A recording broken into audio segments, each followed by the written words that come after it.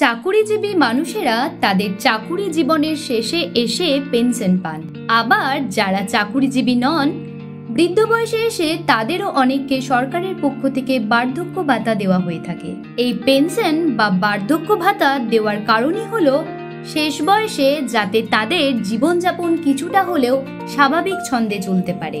শেষ বয়সে এসে মানুষ যেমন ভাতা বা পেনশন পান, জানলে অবাক হবেন ভারতবর্ষের এমন একটি রাজ্য আছে যেখানে বৃদ্ধ বয়সে এসে গাছেরাও পেনশন পান।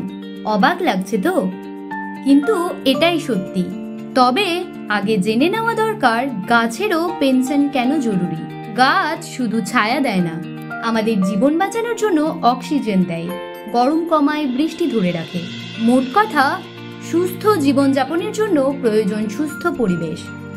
আর এই সুস্থ পরিবেশ ধরে রাখতে গেলে আমাদের গাছ বাঁচিয়ে রাখতে হবে। অথচ আমরা উন্নয়নের নামে গাছ কেটে ফেলছি, বন উজাড় করছি। এভাবে চলতে থাকলে ভবিষ্যতে সবুজের অস্তিত্বই বিপন্ন হয়ে পড়বে। তাই গাছ বাঁচাতে এক অভিনব উদ্যোগ নিয়েছিল হরিয়ানা সরকার।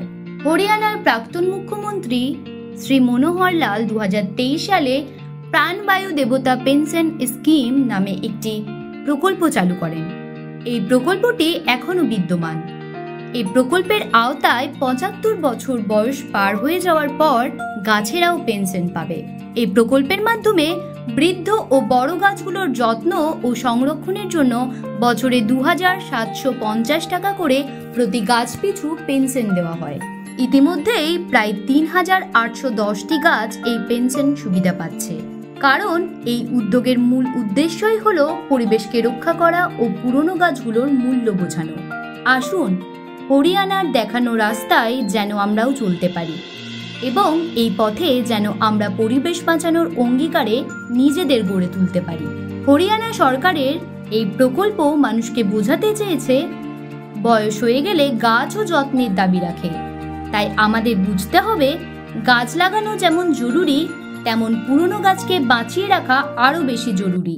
গাছ যদি থাকে তবে পরিবেশ থাকবে, আর পরিবেশ থাকলেই আমাদের জীবনও টিকে থাকবে। Bureau report, headlines, Kolkata. আনন্দ আর ভালোবাসার দীপ্তিতে গড়া সমুজ্জ্বল পরমা, ঠিক তোমারই মতো। শ্যাম সুন্দর কোম্পানি জুয়েলার্স, আগরতলা, উদয়পুর, ধর্মনগর, কলকাতা।